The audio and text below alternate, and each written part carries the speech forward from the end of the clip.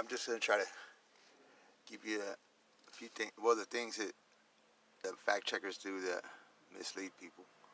Um, okay. Not actually ever said. This sleight of hand enables them to rate true things as false, but said by Republicans and false things as true if said by Democrats. Snopes also rated a fact check mostly false.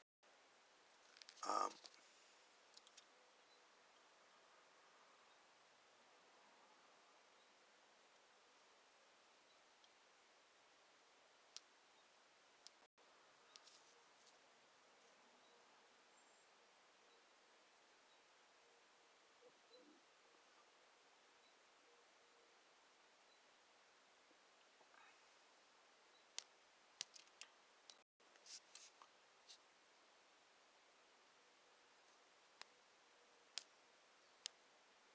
But here's a bunch of irrelevant statistics.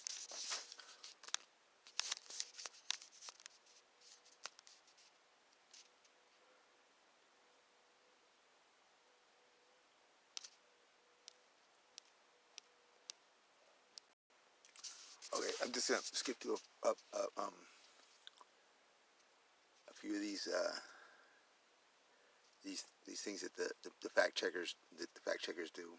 This guy is a shooter that was he claimed he was a registered Democrat, but they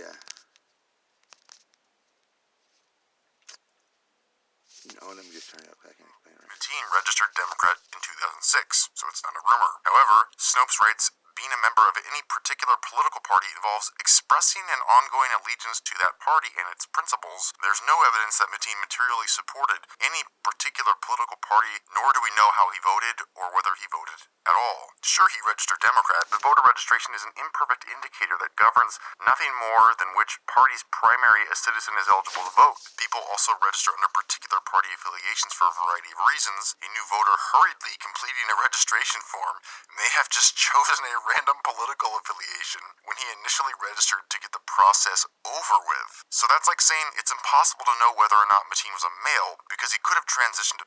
Well, I don't know. He gives that expression wrong, but it's just saying that, what I'm saying, he could have hit the wrong button, but they're just making assumptions now. So they're making assumptions and then calling it fact or true. I don't know what the hell they said, but I'll skip it because that's a dumb explanation. But Hillary Clinton rally after the shooting, but they conveniently make the... That's her dad. His dad's a Republican. Claim of uncertainty or ignorance for the purposes of trying to make him not seem like a Democrat. Or when Beto says he won't, only for Beto to admit it later. Hell yes, we're gonna take your AR-15, your AK-47. Yes, Beto said point blank he wants to take your guns, but this clip of him saying it outright wasn't available at the time, so PolitiFact will simply hide behind that and say they couldn't possibly have known that Beto wanted to ban guns. But this is what fact checkers do. They fail to draw reasonable conclusions based on what these Democrats say, and have known that. Yes, you could have. Republicans did the whole time. PolitiFact also ran a fact check on Patricia Smith, one of the mothers of the victims of Benghazi, claiming that Hillary Clinton lied to her about Benghazi when she told the families that Benghazi was all over a YouTube video. PolitiFact even suggested that grieving relatives might have fuzzy memories. PolitiFact even said even if Hillary was incorrect, she might not have been lying. If she did say something about the video, would it have been an intentional lie? It's very possible that this is one of the many conflicting pieces of intelligence that the administration was working with at the time.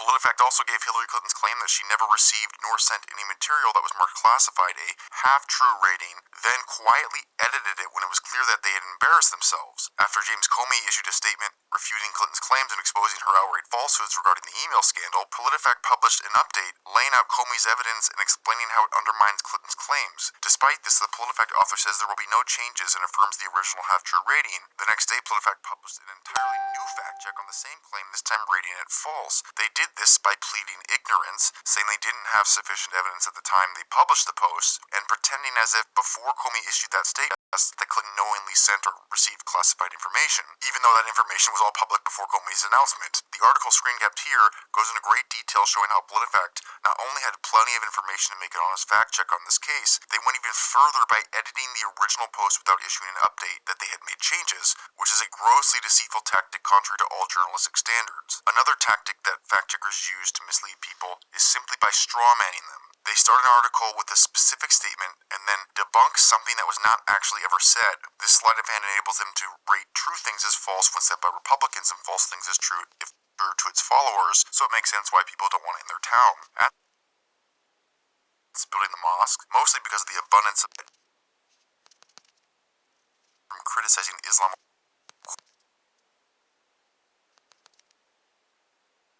Obamacare has led to fewer health insurance. Fact made up an unrelated claim that the number of insured had dropped overall. Nobody said that, though. If you count Medicaid coverage, which doesn't actually improve health outcomes, the numbers are up. But those who have been added to the insurance rolls under Obamacare or have to check fake news from the left only makes them purveyors of And banned certain models of AR-15s and AK-47s. Moreover, those who already owned the banned guns were allowed to keep them, so PolitiFact argues that it was not a gun helped author to make claims of what he means to ban assault weapons today, but anti-gun Democrats are a true statement, mostly This is another case of the straw man by PolitiFact. In other words, PolitiFact fabricated a theory that saying Biden calls for a gun ban could lead readers to believe he's seeking to outlaw all firearms. This is another case of the straw man by